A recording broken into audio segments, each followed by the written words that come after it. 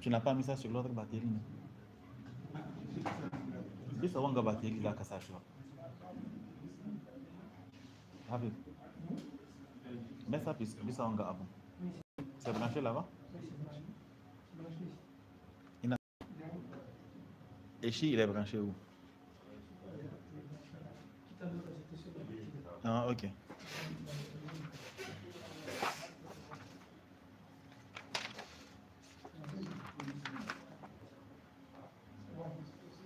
C'est bon? Alhamdulillah, wassalatu wassalamu ala rasulillah, wa ala alihi wa sahbihi wa man wala, amma ba'du. Nous continuons donc avec le cours de Al-Usulu Al-Thalathatu, en demandant à ceux qui sont dehors de baisser la voix. Donc, nous allons continuer avec Ar-Raja, si je ne me trompe pas. On avait vu Al-Khawfu, les catégories de Khawf, les arguments montrant que Al-Khawf est une adoration et donc on ne doit la vouer qu'à Allah. C'est bien cela? Ok, donc Ar-Raja. Qu'est-ce qu'on appelle Ar-Raja'u? Ar-Raja'u, c'est le fait d'espérer. C'est le masdar du fi'l Raja yarju, qui signifie donc espérer. Ok? Ar-Raja'u est une adoration et elle se rapproche de At-Tawakkul. Ok? Elle se rapproche de At-Tawakkul. Parce que ce qu'il faut comprendre, c'est que les différentes adorations qui ont été citées ici, ce sont souvent des adorations qui vont les uns avec les autres. Ok? Ce sont des choses qui se recoupent. Quand tu as le Tawakkul, c'est qu'il y a forcément Ar-Raja. C'est-à-dire que quand tu t'appuies sur une chose en étant convaincu que cette chose va te procurer ce que tu vises ou qu'elle te préservera de ce que tu crains, c'est qu'il y a forcément Ar-Raja qui suit At-Tawakkul. Okay? Donc, ce qu'on appelle Ar-Raja ici, c'est l'espoir. On ne doit espérer qu'en Allah.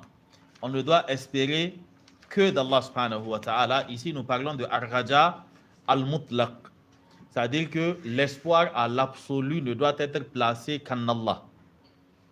Il y a des choses que tu peux espérer et ça, c'est tout à fait naturel. Dans le sens de tu composes un devoir et tu espères avoir une certaine note. Ça, c'est normal. Ok?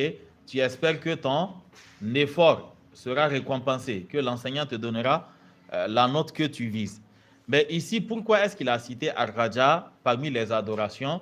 C'est parce qu'il y a certaines personnes qui vouent Ar-Raja à des créatures au lieu de le vouer au Créateur. Comme je vous l'ai dit, l'auteur il a écrit ce document dans un contexte qui était particulier. C'est un contexte où tous les droits d'Allah subhanahu wa ta'ala ont été voués à autre que lui. C'est-à-dire que le droit d'Allah à l'adoration a été usurpé soit par des individus ou encore certains égarés l'ont donné à autre qu'Allah.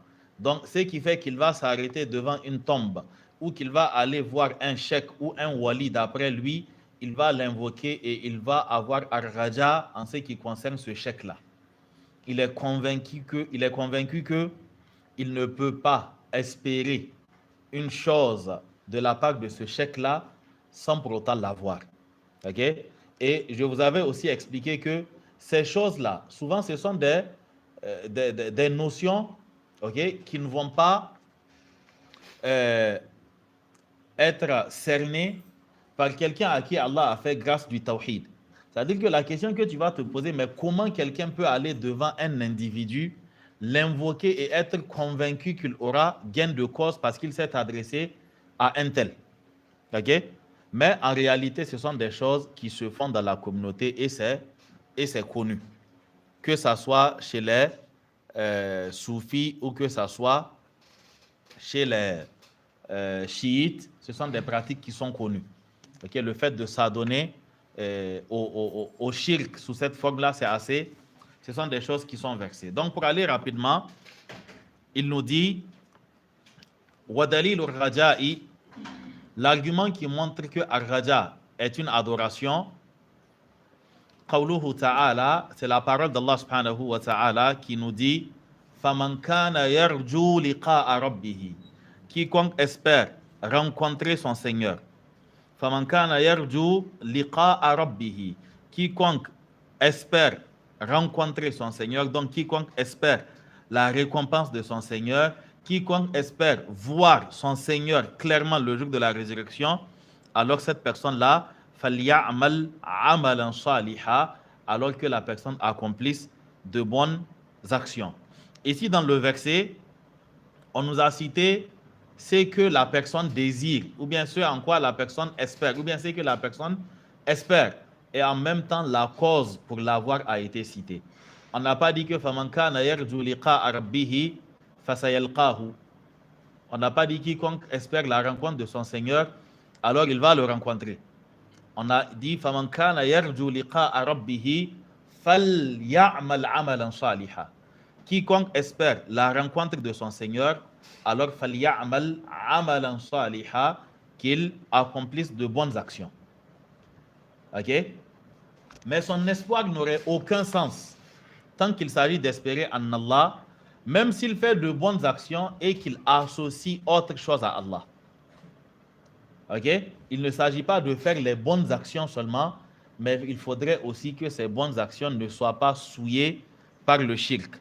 Et donc pour cela, Allah dit quiconque espère le rencontrer, alors qu'il accomplisse les bonnes actions, wala yushrik bi'ibadati rabbihi ahada, et qu'il n'associe rien du tout, qu'il n'associe rien, ou bien qu'il n'associe personne à son Seigneur dans l'adoration qu'il lui voue. Ok? Wala yushrik bi'ibadati rabbihi ahada, dans l'adoration qu'il voue à son Seigneur, qu'il ne lui associe rien. Si la personne fait cela, alors oui, la personne est en droit d'espérer. Mais si tu espères et que tu ne fais pas les bonnes actions, ou que tu espères, tu fais les bonnes actions, mais tu associes autre chose à Allah, en réalité, le fait d'espérer n'a aucun sens. Parce que la seule condition pour que cela arrive, comme le dit Allah subhanahu wa ta'ala, وَلَا يَدْخُلُونَ الْجَنَّةَ حَتَّى يَلِجَ الْجَمَلُ فِي سَمِّ الْخِيَاطِ. Allah dit qu'ils ne pourront rentrer au paradis que si le chameau arrive à passer par le chat de l'aigu, le trou par lequel on fait passer le fil, donc à travers l'aigu, pour que cette personne-là puisse rentrer au paradis, alors il faudrait que cette condition soit remplie. Okay? Donc espérer sans action, c'est insensé. Espérer et faire des actions et adorer autre qu'Allah subhanahu wa ta'ala, c'est une contradiction dans les termes, parce qu'en réalité tu ne l'as pas adoré. Pour qu'une action, parce que Allah n'a pas dit فَمَنْ كَانَ يَرْجُو لِقَاءَ رَبِّهِ فَلْيَعْمَلْ عَمَلًا وَلَا يُشْرِكْ بِعِبَادَةِ رَبِّهِ أَحَدًا. Allah a dit فَلْيَعْمَلْ عَمَلًا صَالِحًا. Il y a un acte qui permet de décrire l'action qui te permet d'avoir ce que tu espères. Parce que n'oubliez pas que dans tous les cas, tout le monde travaille. Ok? قُلْ كُلٌّ يَعْمَلُ عَلَى شَاكِلَتِهِ. Chacun fournit les efforts en fonction de ses principes. Sinon, les efforts, tout le monde en fournit. C'est pour cela qu'Allah a dit Inna sa'yakum la shatta. Vos efforts divergent. Mais sinon, tout le monde œuvre. Tout le monde fournit des efforts. Ok? Mais chacun selon ses aspirations. Donc, pour qu'une action soit bénéfique, alors il faudrait qu'elle remplisse un certain nombre de conditions. Il n'y a pas de shirk. Tu l'as fait seulement pour Allah et tu l'as fait conformément à la manière décrite par le prophète sallallahu alayhi wa sallam. Si tu as commis le shirk, l'action est vaine. Si tu n'as pas commis le shirk, mais tu as posé l'action en vue de faire plaisir à quelqu'un ou encore en vue de t'attirer les éloges des gens, tu as commis ashirkul khafi ou bien ashirkul asghar, ar-riya, comme on le dit, là aussi l'action n'est pas valide. Si les deux sont remplis, c'est-à-dire que tu as fait l'action, tu ne commets pas le shirk. Tu as posé l'action, tu ne vises qu'Allah par cela, mais tu l'as fait comme tu veux. C'est pas comme l'a enseigné Allah subhanahu wa ta'ala au prophète sallallahu alayhi wa sallam, ou comme le prophète l'a enseigné à sa communauté, alors jusqu'à présent ton action ne vaut rien. Jusqu'à présent, ton action ne vaut rien. Donc, d'abord, il faudrait que le shirk soit totalement exclu. Et ensuite, premièrement, que tu fasses cela pour Allah. Et que deuxièmement, tu fasses cela comme le veut Allah. C'est-à-dire comme l'a décrit le prophète sallallahu alayhi wa sallam. Sinon, souvent, en voulant agir, souvent en voulant agir d'une certaine manière, le problème qui va se... Quoi? Imagana injide.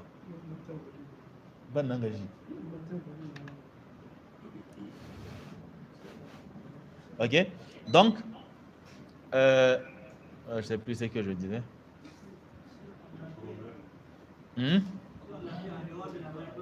Ok? Donc, si on pose une action autre que selon la manière indiquée par le prophète sallallahu alayhi wa sallam, d'une manière autre que celle enseignée par le prophète sallallahu alayhi wa sallam, ton action est vaine.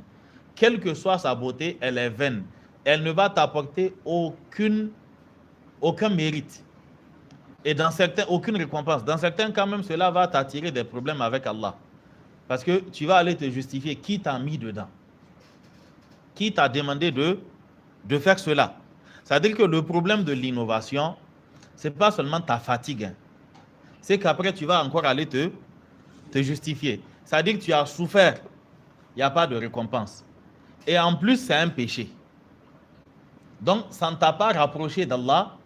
Ça ne t'a pas éloigné de l'enfer. Et puis, ça va encore rallonger ton compte. Parce que tu vas devoir répondre de ça. OK? Donc, ça fait que quand tu veux fournir des efforts, assure-toi que tu n'es pas en train de jouer à la loterie avec l'occasion qu'Allah t'a donnée. Fais les choses telles qu'enseignées par le prophète sallallahu alayhi wa sallam. Ne laisse personne, c'est-à-dire te fatiguer dans le vide, quoi. Que la personne te dise non, il faut faire telle chose, tel nombre de fois. Demande-lui, le prophète sallallahu alayhi wa sallam, il a fait ça combien de fois? Demande-lui, il a fait ça combien de fois? Comment le prophète sallallahu alayhi wa sallam a fait ça? S'il te dit non, ça n'a pas été rapporté du prophète sallallahu alayhi wa sallam, dis-lui donc c'est bon. Dis-lui que c'est bon. Parce que sois sûr que toute action qui n'a pas été enseignée par le prophète sallallahu alayhi wa sallam, soit en le faisant directement ou en l'ordonnant ou en voyant une tierce personne le faire sans pour autant le condamner, sois sûr que cette action ne pourra te servir à rien. Le prophète sallallahu alayhi wa sallam, il disait que il n'y a pas une seule action pouvant vous rapprocher du paradis que je ne vous ai pas montré. Ça n'existe pas. Il dit il n'y a pas une seule action pouvant vous éloigner de l'enfer que je ne vous ai pas montré. Donc, quelle que soit la beauté de l'action, tant qu'elle est posée sans être enseignée par le prophète sallallahu alayhi wa sallam, sache qu'elle ne va pas te rapprocher du paradis, elle ne va pas non plus t'éloigner de l'enfer. Tout ce qu'il y aura, c'est que tu vas perdre ton temps.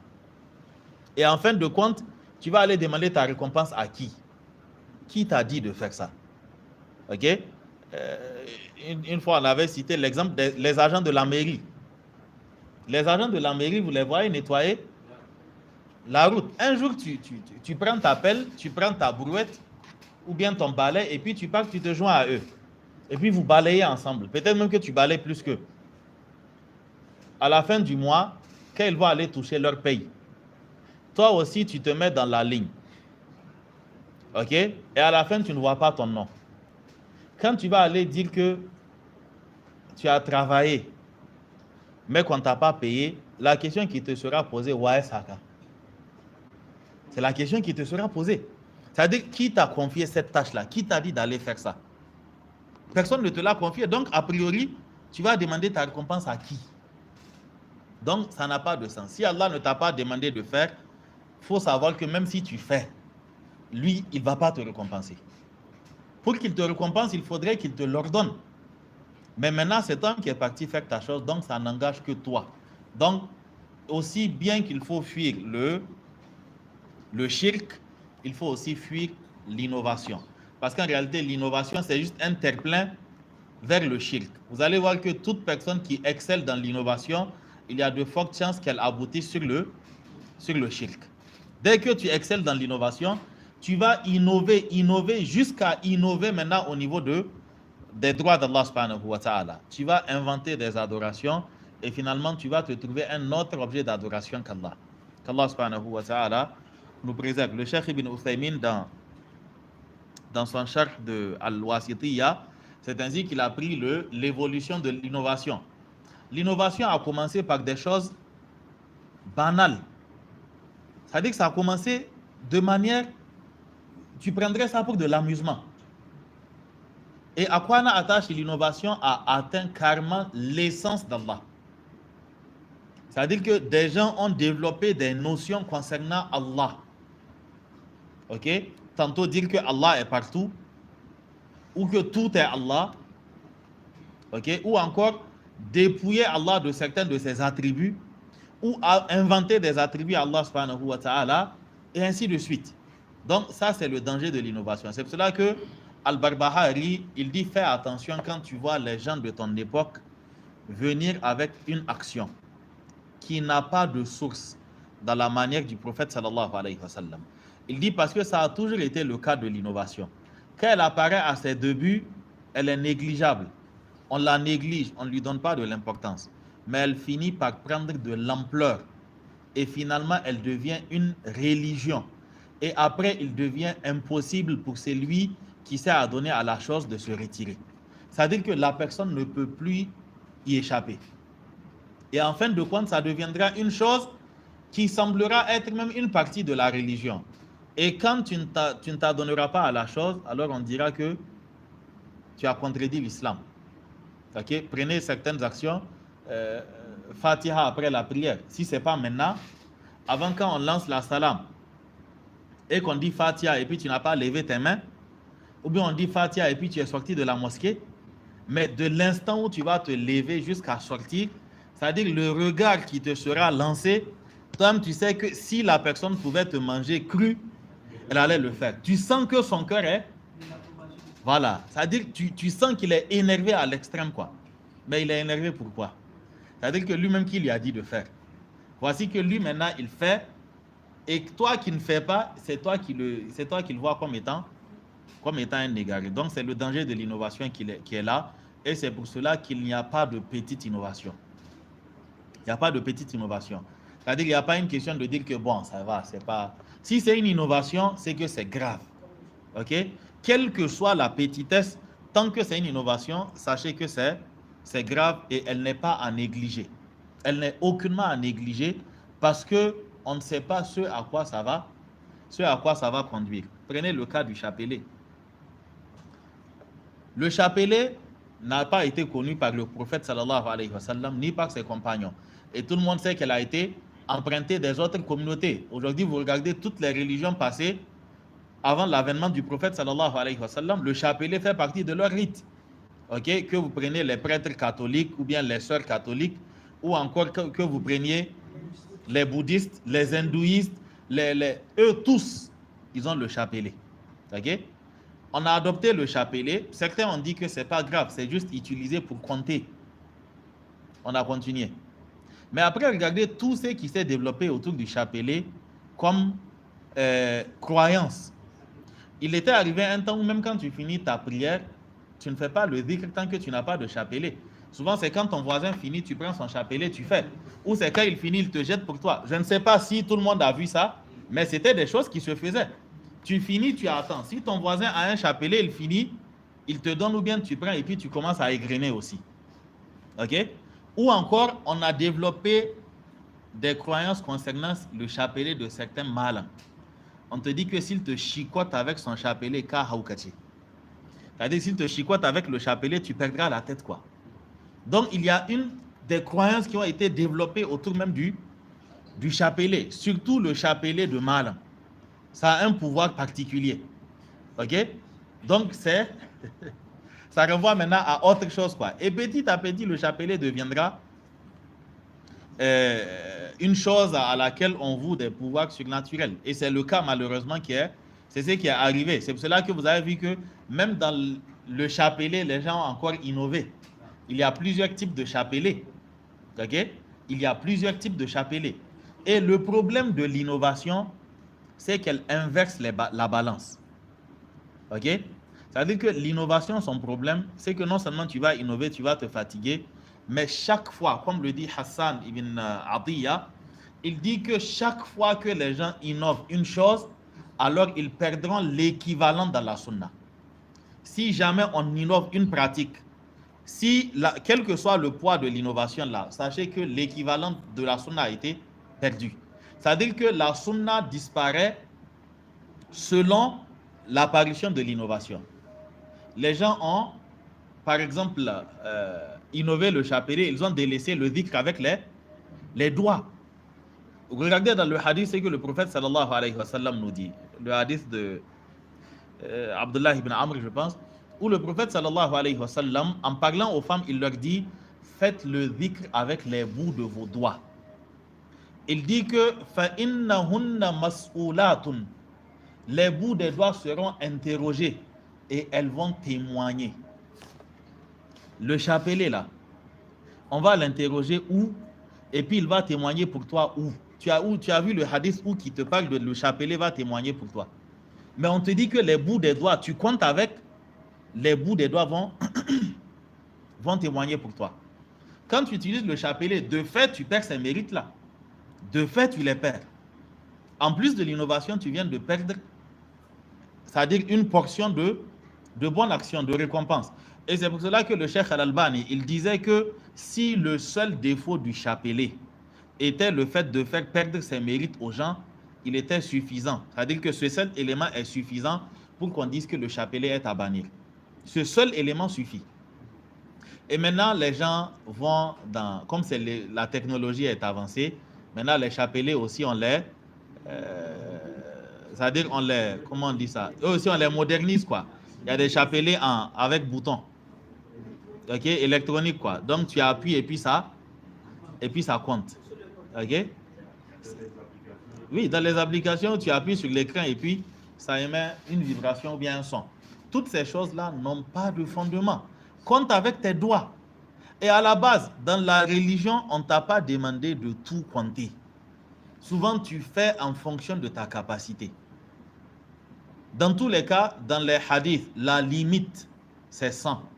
Il n'y a pas un seul hadith qui demande de faire un seul dhikr au-delà de 100. Et si ça dépasse 100, c'est qu'on ne compte plus. On ne compte plus. Le prophète sallallahu alayhi wa sallam, en parlant de l'un des adhkar de Fajr, il dit que ne viendra avec plus de récompense que celui qui aura fait mieux. C'est-à-dire qu'il n'a pas limité. Au-delà de 100 là, tu fais seulement. Le istighfar, tu fais autant que tu veux. La prière sur le prophète sallallahu alayhi wa sallam, tu fais autant que tu veux. Mais la personne te dit que non, j'ai des objectifs journaliers. Ok? Tes objectifs journaliers là, si on te laisse continuer avec ça, tu vas tomber dans une autre innovation. Les objectifs journaliers de certains dhikr ont été définis par le prophète sallallahu alayhi wa sallam. Toi, pour toi, laisse ces choses-là flexibles. Laisse ces choses-là flexibles.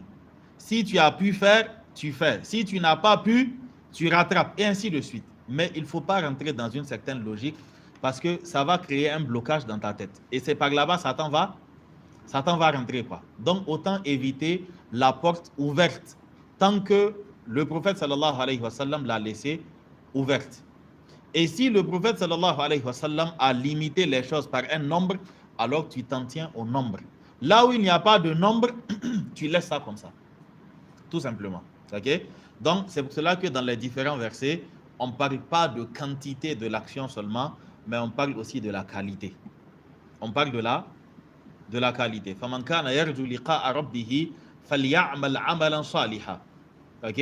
الَّذِي خَلَقَ الْمَوْتَ وَالْحَيَاةَ لِيَبْلُوَكُمْ أَيُّكُمْ أَحْسَنُ عَمَلًا. On n'a pas dit أَيُّكُمْ أَكْثَرُ عَمَلًا. Donc, c'est lui qui a créé la vie et la mort afin de vous éprouver et faire ressortir lequel d'entre vous est meilleur en action. Et Allah nous pose la question, Hal unabbi'ukum bil akhsarina a'mala? Est-ce que vous voulez que je vous dise qui sont les plus grands perdants en termes d'action? Allah dit alladhina dhalla sa'yuhum fil hayatid dunya. C'est ceux qui ont fourni des efforts inimaginables dans la vie d'ici-bas. Mais tous ces efforts-là sont allés en vain.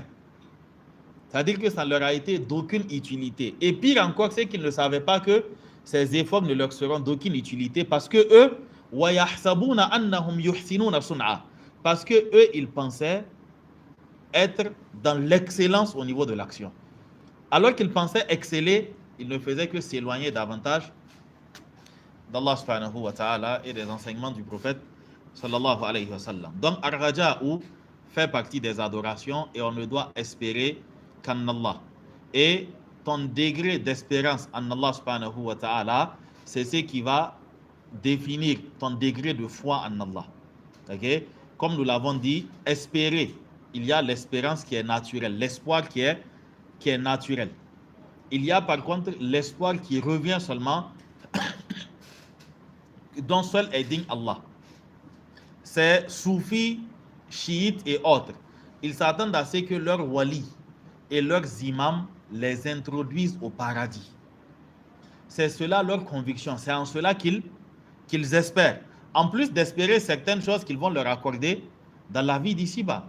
Aujourd'hui, vous avez des cheikhs comme les chouïs de la Tidjaniya qui ont promis à certaines personnes de les mettre dans leur poche pour les amener au paradis. Et ils sont convaincus.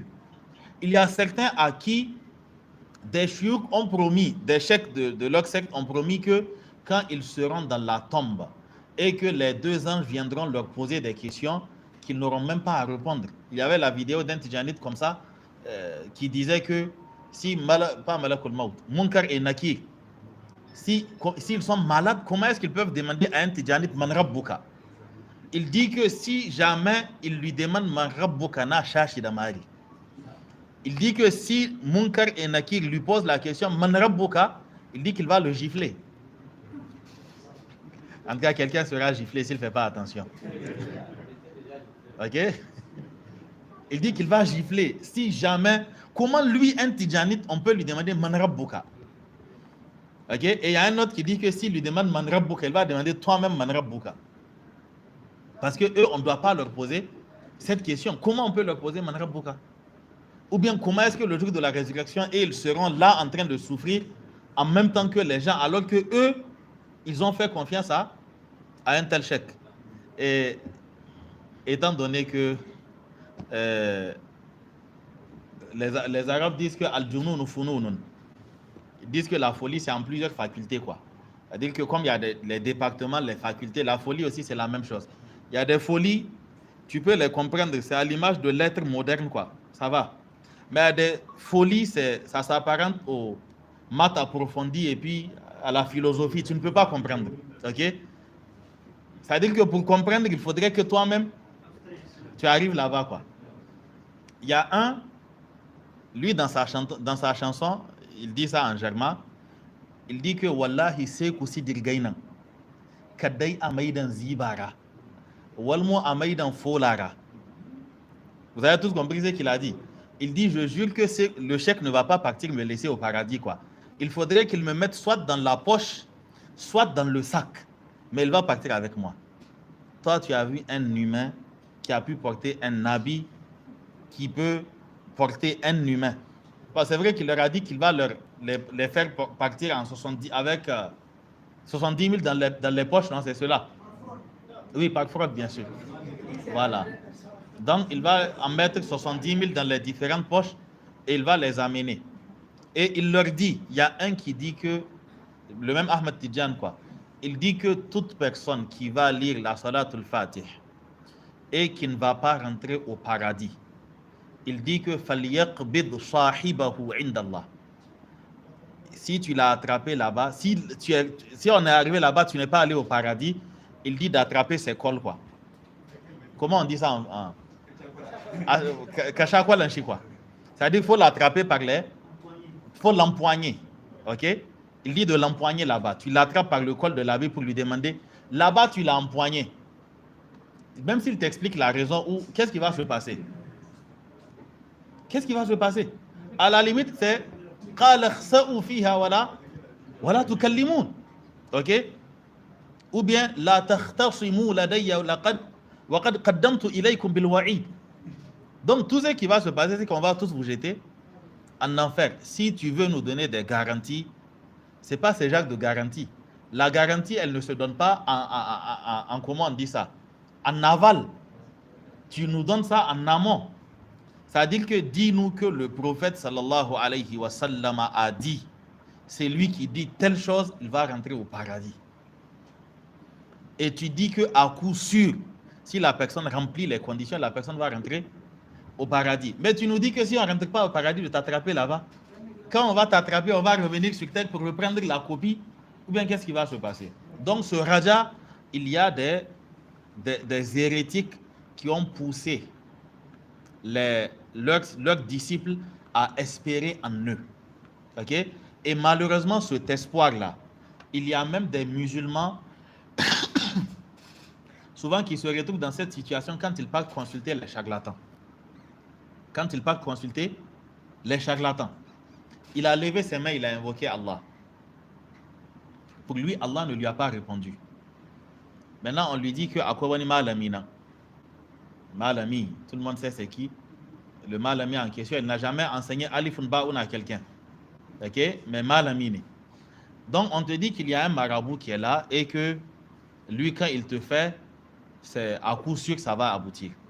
Donc, tu vas chez lui, il te dit, bon, tu tiens cette poudre, tu fais ceci, tu fais cela, et tu es assis, tu es convaincu que la chose qu'il t'a dite va arriver. C'est-à-dire que tu espères en sa récompense, en sa promesse. Là, tu viens de conférer le raja à autre qu'Allah. Tu as invoqué Allah, tu n'as pas espéré. Ou encore, tu as espéré, mais tu n'as pas vu la réponse telle que tu l'attendais. Maintenant, tu viens d'aller chez le charlatan, il t'a dit une chose, et puis tu espères. Ou encore avec leur affaire de Yenando qui est passée. Je ne sais pas s'ils ont fait ça ou pas. Et parce qu'ils ont dit que, je ne sais pas ce qu'ils ont dit, mais à supposer qu'ils disent que la saison sera, qu'elle sera bonne. Et que comme ils ont dit, toi tu espères qu'elle sera bonne. Ou ils disent que ça sera catastrophique. Et puis tu prends peur parce qu'ils ont dit que ça sera catastrophique.